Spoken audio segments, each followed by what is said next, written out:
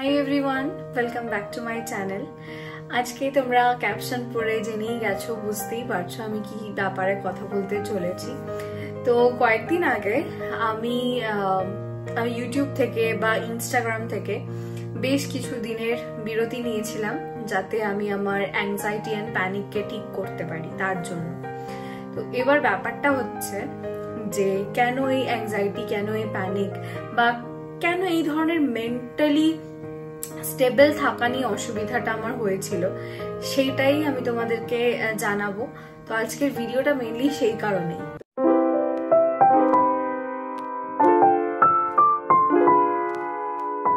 প্রতি 5টা মেয়ের মধ্যে একজনের পিসিওডি বা পিসিওএস থাকে। আমারও পিসিওএস আছে, মানে পলিসিস্টিক ওভারি সিনড্রোম।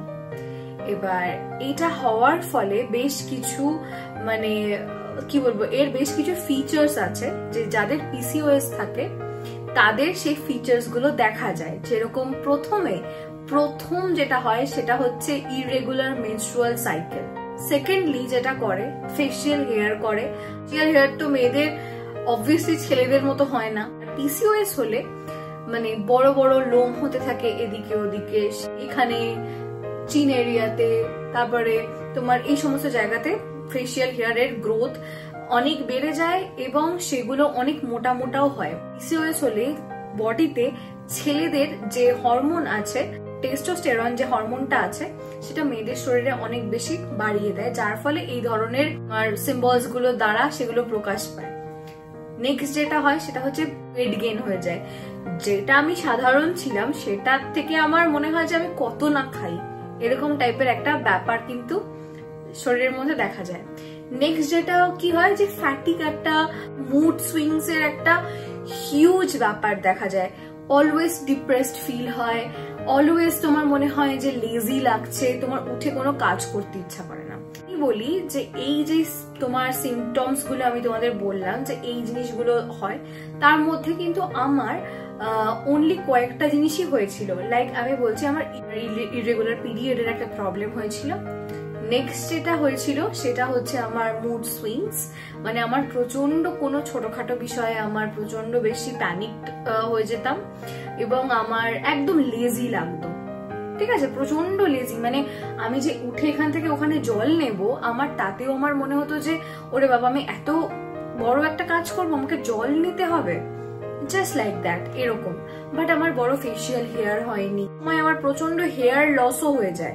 তো আমার হেয়ার লসেরও কোনো প্রবলেম হয়নি, আমার চুলটা নর্মাল যেভাবে বাড়তে থাকে সেভাবেই বেড়েছে। তো আমি ডাক্তার দেখানোর ফলে ওরা আমাকে বললো, মানে ডাক্তার আমাকে বললো যে তোমার একদম ফার্স্ট স্টেজ, তো তুমি এখন থেকে ওয়েটটাকে কন্ট্রোল করার ট্রাই করো। তো ওয়েট কন্ট্রোল করা তো এতটাও সহজ না। ওয়েট কন্ট্রোল করা একটা বড় মানে এই সময় একটা ওয়েটে না মানে স্টাক হয়ে যায়, মানে হয় না একটা ওয়েট বাড়লেও বা কমলেও সেটার ভ্যারি কিছু বোঝা যায় না, মানে একটা জায়গায় ওয়েটটা স্টাক হয়ে গেছিল আমার।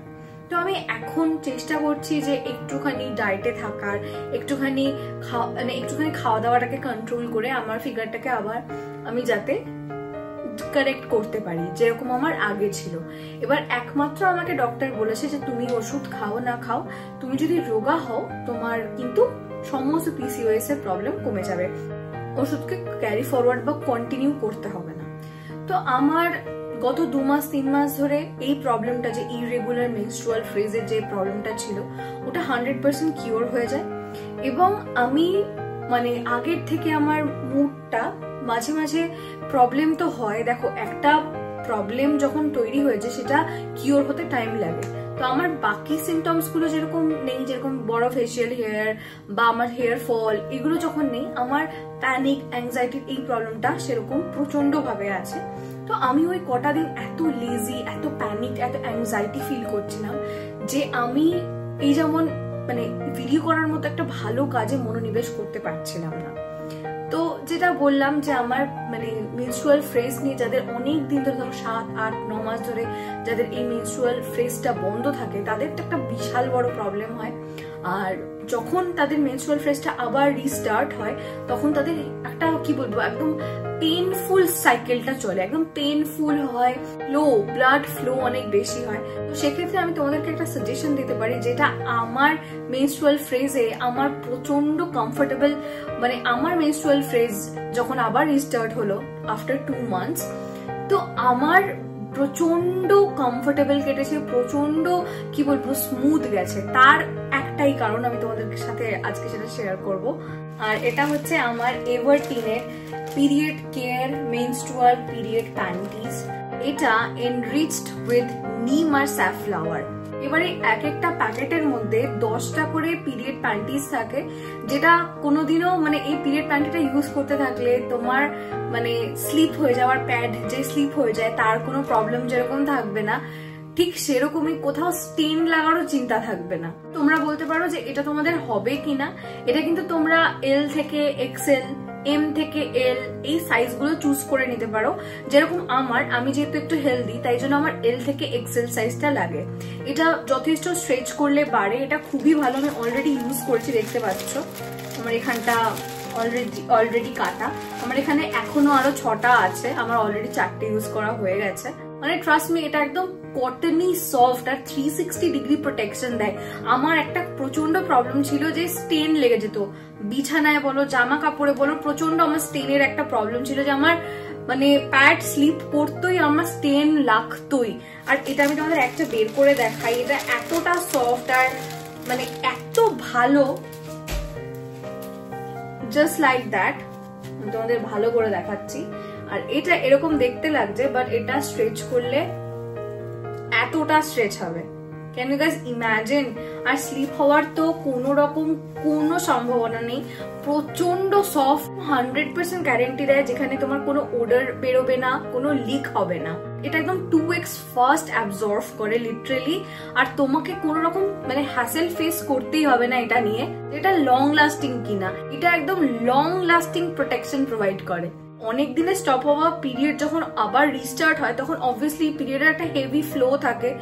রাত্রিবেলা মানে ওভারনাইট এটাকে ইউজ করার জন্য this is the best one. Even তোমরা এটাকে যারা বেবি হওয়ার পর যাদের পিরিয়ড রিস্টার্ট হচ্ছে তারাও এটা ইউজ করতে পারো, একদম না হ্যাসেল ফ্রি। আর এটা এত কমফোর্টেবল, আমি তোমাদের বলছি তোমরা না ইউজ করলে বুঝবে না, এটা ভীষণ হ্যাসেল ফ্রি থাকে।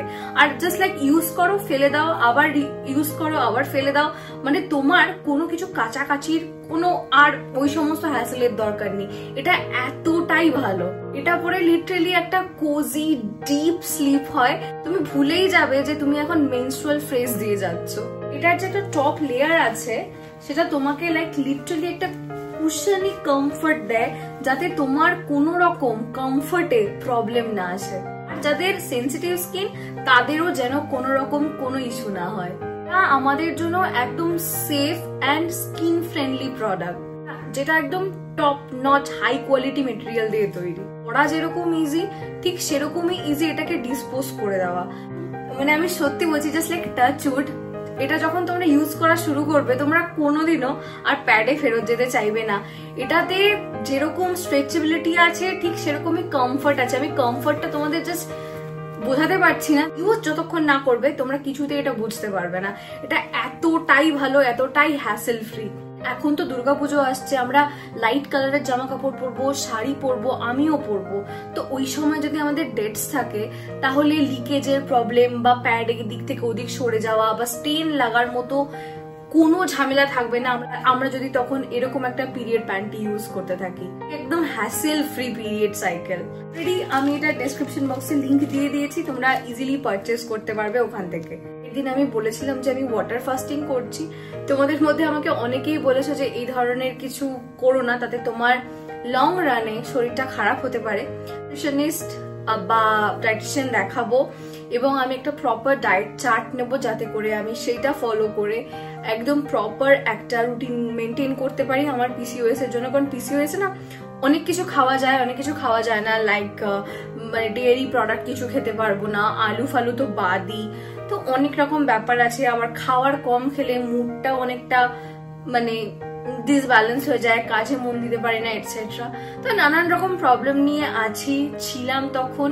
ওগুলো থেকে বেরিয়ে আসার জন্য আমি লিটারালি প্রচুর পরিমাণে গান শুনতাম আমি নিজের, মানে একদম হেডফোন দিয়ে, বড় হেডফোন দিয়ে, আমি এখানে আছে জানি না পাচ্ছি না, এখানে বড় হেডফোন দিয়ে গান শুনতে, আমি অন্য কোনো জায়গায় ফোকাস করতাম না।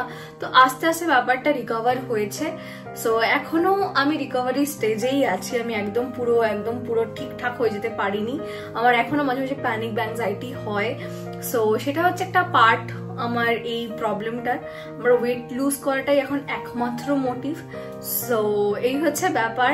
আজকে আমি আমার পিসিওএস এর আপডেট দিতে জাস্ট তোমাদের একটা ভিডিওটা করলাম। তাছাড়া অ্যাকনে সমস্যা তো আছেই, ওটা তো আমার মেনস্ট্রুয়াল সাইকেলের আগে আমার অলওয়েজ একটা দুটো পিম্পল হতো, তখন আমি বুঝে যেতাম যে এখন এবার তিনি আসবেন। সো এখনো সেটাই হয়। তো আমার রিসেন্টলি পিম্পল হয়েছিল, তোমরা দেখতেই পাচ্ছ দাগটা দেখে যে এটা একদম নতুন হওয়া পিম্পল। সো এই হচ্ছে ব্যাপার। আমি আর ভিডিওটাকে বড় করবো না। আমি নেক্সট ভিডিওতে আমার অনেক কিছু কালেকশন দেখাবো পুজোর, যেগুলো আমি আমার ফ্যামিলির জন্য কিনেছি। সো আজকের মতো এইটুকুনি। তোমাদের ভালো লাগলে ভিডিওটাকে লাইক করে দিও, আমার চ্যানেলটাকে সাবস্ক্রাইব না করে থাকলে সাবস্ক্রাইব করে দিও। তাছাড়া আমাকে ইনস্টাগ্রামেও ফলো করতে পারো। আজকের ভিডিওটা এখানেই শেষ করছি। তোমরা সবাই ভালো থেকো, সুস্থ থেকো, আর আমার চ্যানেলের সাথে থেকো। ওকে, বাই।